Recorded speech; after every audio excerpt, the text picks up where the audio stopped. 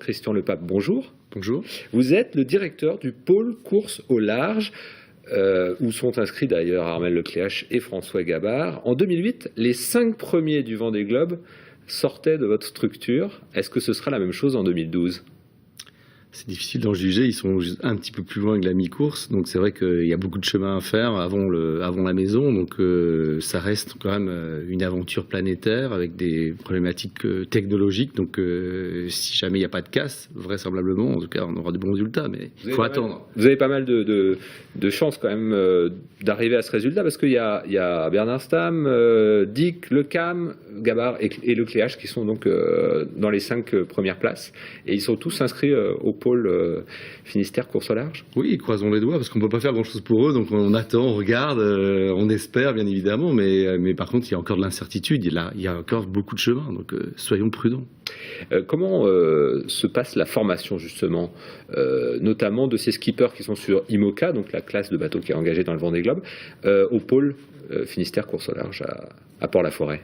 En fait, c'est vraiment une formation de fond, en fait. Donc c'est pas un médicament, c'est pas 2 ou 3 stages. C'est une formation de fond qui a débuté, en fait, pour certains, il y a très longtemps. Jean Lecam, il est depuis le début, en fait, du centre, c'est-à-dire il y a plus de 20 ans. Il est donc un des fidèles. Donc les autres sont arrivés un petit peu plus tard, notamment François Gabard, qui est arrivé en 2008, parce qu'il est issu justement d'une sélection, une détection qui s'appelait Espoir Région Bretagne, et aujourd'hui, en fait, qui est prise aussi en charge par la Bretagne et Crédit Mutuel de Bretagne. Donc pour faire une filière, skipper d'émerger. Voilà, c'est une filière de détection qui leur permet d'avoir 2 ans un bateau, un budget, un salaire, et donc d'essayer de réaliser des performances. Voilà, c'est le cas de François, c'est le cas d'Armelle Lecléache qui vient aussi de cette formule de détection. Donc on a deux jeunes en fait skippers, donc issus de ces filières, qui sont en tête du Vendée Globe. Donc c'est pas rien. Ils travaillent sur quoi au pôle? On a vu, il y a des réunions de travail, il y a vraiment des stages thématiques, hein. Oui, en fait, disons qu'il y a une formation de base donc classique avec des navigations. Après, il y a en fait une intervention d'experts très pointus en fait sur des domaines de navigation, de météo, de préparation physique. Donc, si je vous dis, c'est un travail de fond. Donc là, vraiment, on essaie d'aller dans le détail Formule 1 très très pointu pour leur donner un plus par rapport à la concurrence. Mais surtout, en fait, c'est de la confrontation. C'est-à-dire qu'ils sont en permanence confrontés en mer donc à leurs partenaires qui deviendront leurs adversaires. On le retrouve là. Et donc François, donc ils ont quand même travaillé pendant 2 ans, et je crois qu'on a dû faire presque 12 000 milles.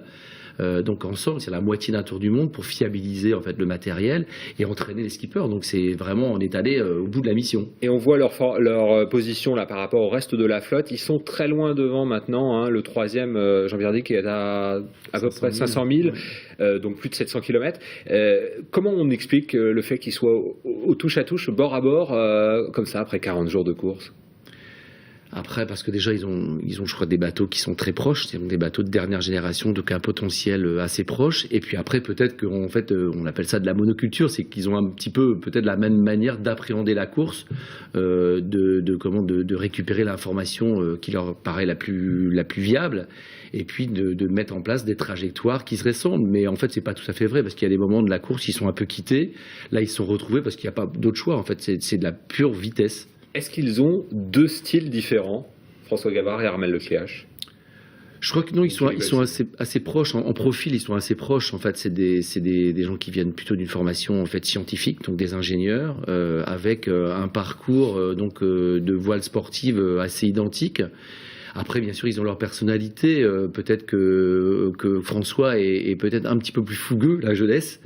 Et puis peut-être qu'Armelle un peu plus à l'économie, mais ça se traduit en fait par même s'ils sont un peu différents, par des trajectoires qu'on appelle fluides, hein, pour les spécialistes. On peut regarder leur route, elle est très belle, c'est-à-dire qu'ils changent très rarement de cap radicalement, quoi. À partir du moment où ils ont choisi un axe, donc à 5 voire 6-7 jours, ils suivent en fait, on voit bien qu'ils anticipent sur des situations de météo et qu'ils suivent en fait un cheminement qui paraît justement fluide. Quand vous regardez aussi un très bon joueur de tennis, ça vous paraît facile. Donc pour nous, en fait, de l'extérieur, on se dit ça paraît facile, mais ils sont vraiment là à l'antipode de ce qu'on est ce soir, c'est-à-dire pas de confort, beaucoup de stress, tout seul.